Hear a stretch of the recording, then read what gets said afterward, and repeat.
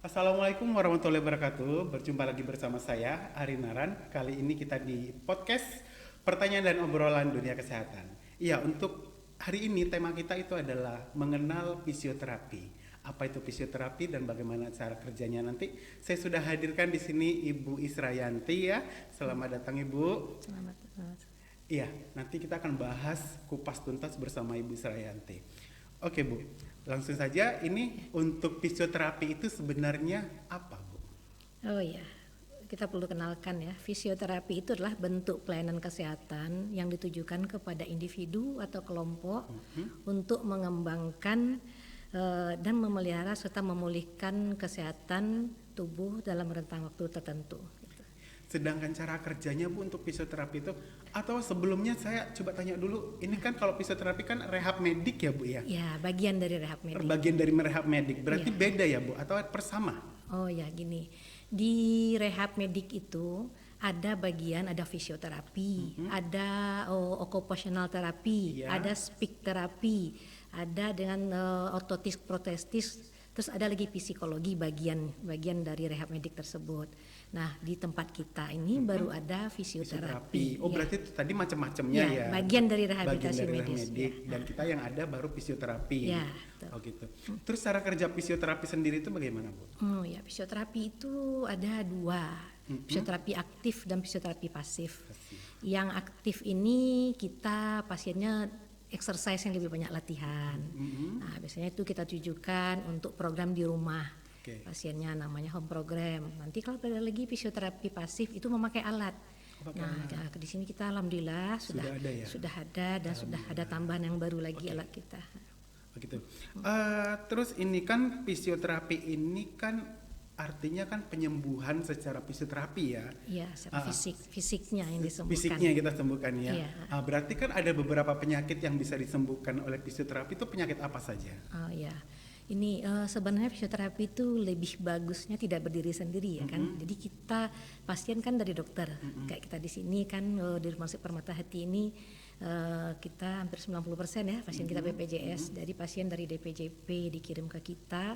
Jadi pasien sudah makan obat ditambah dengan fisioterapi dengan harapan perbaikan dan penyembuhannya lebih cepat. Lebih cepat. Iya. Sempurna ya. Iya, termasuk untuk rawat inap juga. Jadi bisa mempersingkat waktu rawat inap pasien. Gitu.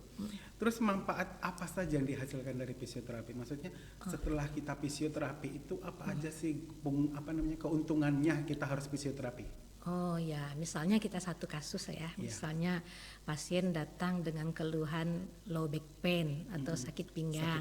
Iya, datang ke pasien. Nah kan pasiennya ketemu sama dokter rehab atau di fisioterapi itu ada dua alur untuk masuk ke fisioterapi, termasuk dari PMK 15 itu ya. Pasien bisa datang langsung, namanya direct access. Jadi mereka daftar di pendaftaran, biasanya itu pasien umum. Mereka langsung ke fisioterapi. Nah, fisioterapi lah yang mengasesmen nanti pasien itu, menentukan dia pesannya apa, tindakan apa. Nah, nanti di sini ada tindakannya, ada kita berupa yang pasif tadi, misalnya pasien sakit pinggang tadi, kita mungkin ada pakai nanti alatnya ada namanya TENS. Ada ultrasound juga ada bisa, ada yang terbaru kita punya alat terbaru ESWT namanya. Fungsinya apa itu? ESWT itu dia bisa menghilangi nyeri, terus dia bekerja di saraf, di otot, di pembuluh darah. Iya, itu lebih cepat penyembuhannya. Nah, dengan itu, terus kita nanti ada kasih lagi yang keunggulan kita rumah sakit kita ya, yang alhamdulillah kita punya kinesio tapping atau tapping. Itu ada di tempat kita sekarang yang punya sertifikat tuh ada 3 orang yang bisa melakukan pemasangan tapping. Nah, itu berharap untuk pasien yang jauh-jauh. Oh gitu, jadi yang jaraknya jauh rumahnya dari ini ya. Jadi karena tapping itu bisa sampai 5 hari dipakai sama pasien. Dia sama dengan dia fisioterapi 24 jam sama 5 hari. Oh, tapping itu yang tempel-tempel itu ya? Yang kayak plester. Itu salah satu keunggulan rumah sakit kita. Ada tapping.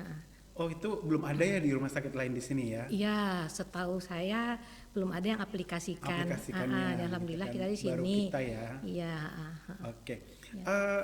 Gini, untuk fisioterapi ini kan Ibu tadi bilang untuk yang umum gitu. Iya. BPJS bisa nggak Bu? Bisa. Untuk ke fisioterapi kita, itu prosedurnya bagaimana gitu? Oh iya, sangat bisa. Jadi biasanya pasien kan dari fase 1 ya. Fase 1 iya ke rujukan ke kita DPJP itu. Jadi yang bisa mengirim ke fisioterapi itu bisa dokter penyakit dalam juga bisa, dokter saraf bisa, semua THT ya? Semua banyak kemungkinan. Urgent juga bisa, dokter penyakit anak juga bisa ngirim. Dari urologi juga bisa ngirim, banyak kasus yang bisa dikerjakan di situ.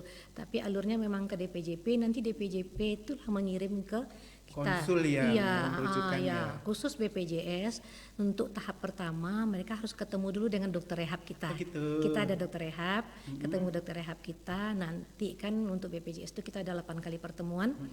Yang 7 kalinya itu tidak perlu ke dokter rehab lagi, kita langsung ke terapis ya. Ya. Berarti Bu, kalau gitu jadwal kita ini Bu, jadwal untuk fisioterapi itu bagaimana Bu? Apakah setiap hari atau bagaimana? Oh ya, untuk polifisioterapi sendiri kita buka di hari kerja. Jadi dari Senin sampai Sabtu kita ada dengan jamnya yang berbeda-beda.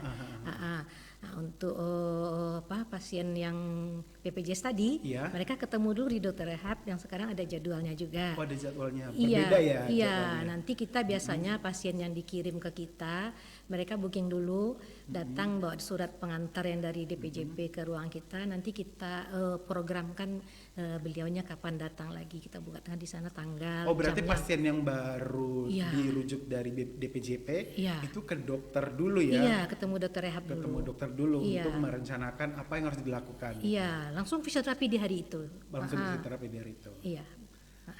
Oke lah kalau begitu. Terima kasih Bu. Iya, sama-sama. Iya, sahabat PH, itu saja perbincangan kita tentang mengenal fisioterapi. Ya, untuk selanjutnya kita akan ada tema-tema yang lain.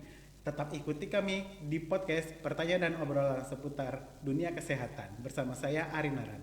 Sampai jumpa.